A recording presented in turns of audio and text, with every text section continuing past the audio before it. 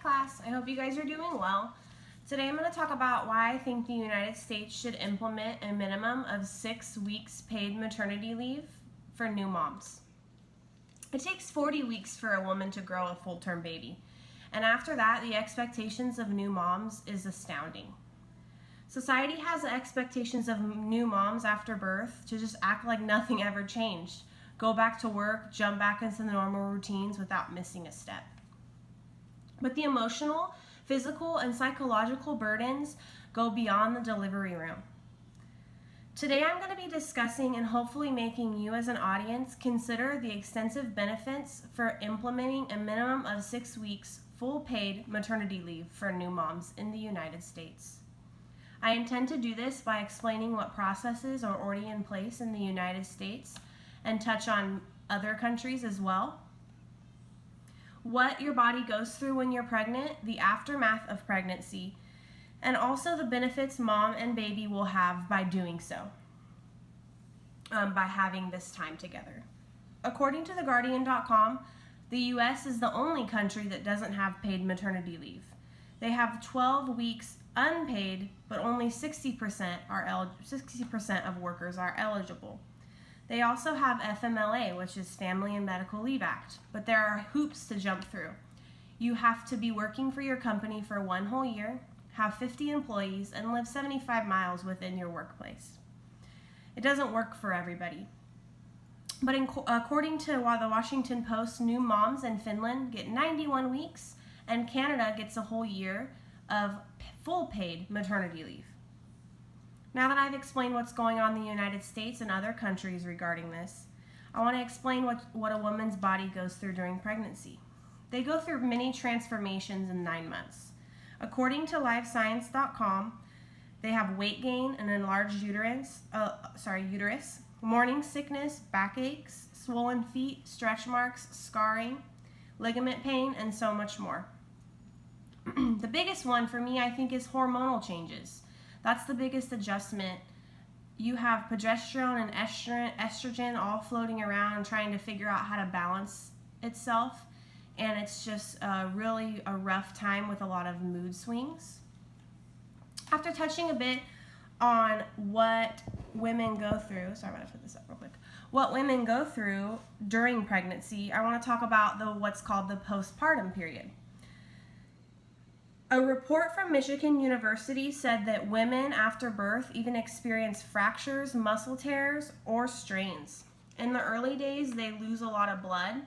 They're very tired. They're in full recovery mode, trying to figure out how to care for this newborn baby. According to Forbes.com, 25% of women have to go back in 2 weeks. If you think about 2 weeks, you're not even cleared from your regular doctor until 6 weeks. And if you've had a C-section, most women can't even carry their baby or drive a car at 2 weeks. Mackenzie Nicholson, a new mom, had a C-section and at 5 weeks went back. And in TheGuardian.com, she wrote this: "I look back at times that should have been a happy memory, but it's more of like, I can't believe I made it through that. It was the toughest time of my life." There's also breastfeeding struggles, guilt, and the stress of pumping. According to WebMD, if babies are exclusively breastfed for 6 months without any formula, they have less ear infections, less respiratory problems, less colds, not a lot of hospital or doctor's visits. In 2011, a study published in Pediatric Magazine that women who return back to work in 6 weeks usually don't make the breastfeeding journey because it just becomes too hard. You have to pump at work and find time for that, and it's really hard for a lot of moms that work. Jen Morrison is a working mother, and in healthparenthood.com she wrote this: "I had to go back in 6 weeks or I would lose my position. I would experience hot flashes, anxiety, and my schedule didn't allow me to pump as much as I could. I lost my supply, and I was devastated when I had to halt breastfeeding." Which leads me to my next point, postpartum depression. According to the CDC, 1 in 9 women have postpartum depression. It's not a character flaw or a weakness. It's simply just a complication of giving birth. It's due to hormonal changes. You have a huge drop in hormonal changes after you give birth.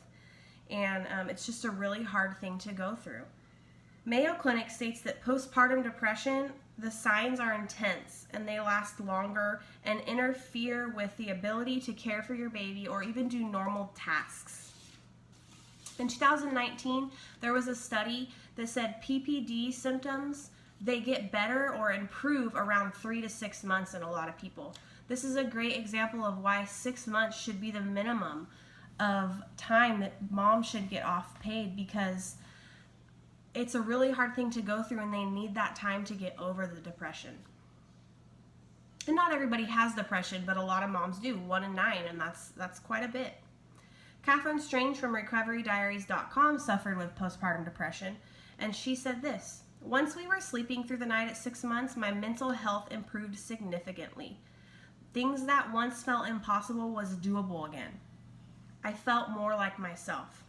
With plenty of examples just like this one, why are we forcing our moms to make a decision about going back to work when they're not physically or emotionally ready just to make ends meet? There are some that argue my point. Some, like the states or even the United States government, argue that companies will have to fund this or the government will have to fund this. And in my opinion, the government funds a lot of things. And if they felt that this was more important, then they would figure out a way to do so.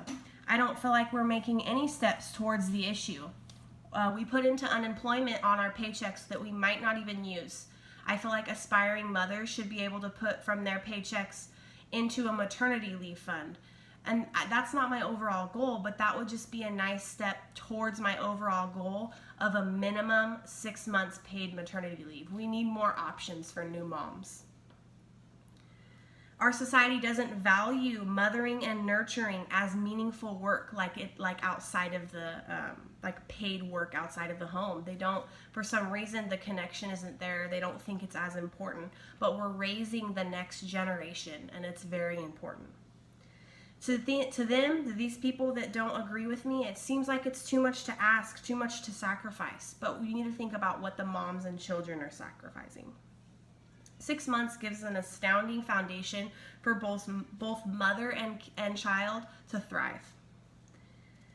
Now that I've discussed some oppositions, I want to touch on the benefits for the mom and the child for the 6 months maternity leave. Erica Kosmar, a psychoanalyst, wrote an article for the New York Times that said this: "When a mother or other primary caregiver is not present during the first year, a child experiences higher level of stress, more cortisol, which is a stress hormone. It also creates the baby to become more anxious and fearful, create ADHD-like symptoms, or even aggressive behavior that is a response to fear. Bonding is very important too, and creating an attachment with your baby, making them feel safe." We can move on to breastfeeding, which I've touched on this. WebMD says that extended breastfeeding helps the baby's brain chemistry. It actually is, they're less likely to suffer from adolescent depression if they've been breastfed for 1 year, which depression is a huge issue in our world right now. Antidepressants are described like crazy, and so if we can help the future generations have a running start at life, if this will lower adolescent depression just by being able to breastfeed for an entire year, we as a community, society, and state and country should make this doable for moms. Give them the best ways to do this, to create a better society for the future. It also gives mothers time to heal, learn, relax, and not have to worry about money. Enjoy their newborn. There is an abundance of research to explain how important this is, that the baby and the mom get the time together they deserve. Today I discuss what pregnancy does to your body, the aftermath of birth, and the benefit the baby and mom will get. You have your whole life to work, and you don't ever get your babies back when they're babies, when they're going to grow up really fast. There's nothing sweeter or more satisfying than this deep, non-transferable bond. I believe if we implement a minimum of 6 weeks paid maternity leave for new moms, the moms will be healed, rested, and have a routine down and actually perform better at work. As for the babies, I feel like it sets a strong foundation for them and gives them time to bond and become emotionally healthy. So for aspiring moms, I encourage you to think about what you want for your children and future generations. Moms who have already given birth, How did you feel after you gave birth? Did you go right back to work because you had to? Or were you blessed to stay home with your kids? I want everyone to really think about this and think about what can help the future generations get through this rough time of birth and becoming a new mom. It's a very sensitive thing, and I hope that everyone will think about it and lean towards implementing 6 months paid maternity leave. Thank you.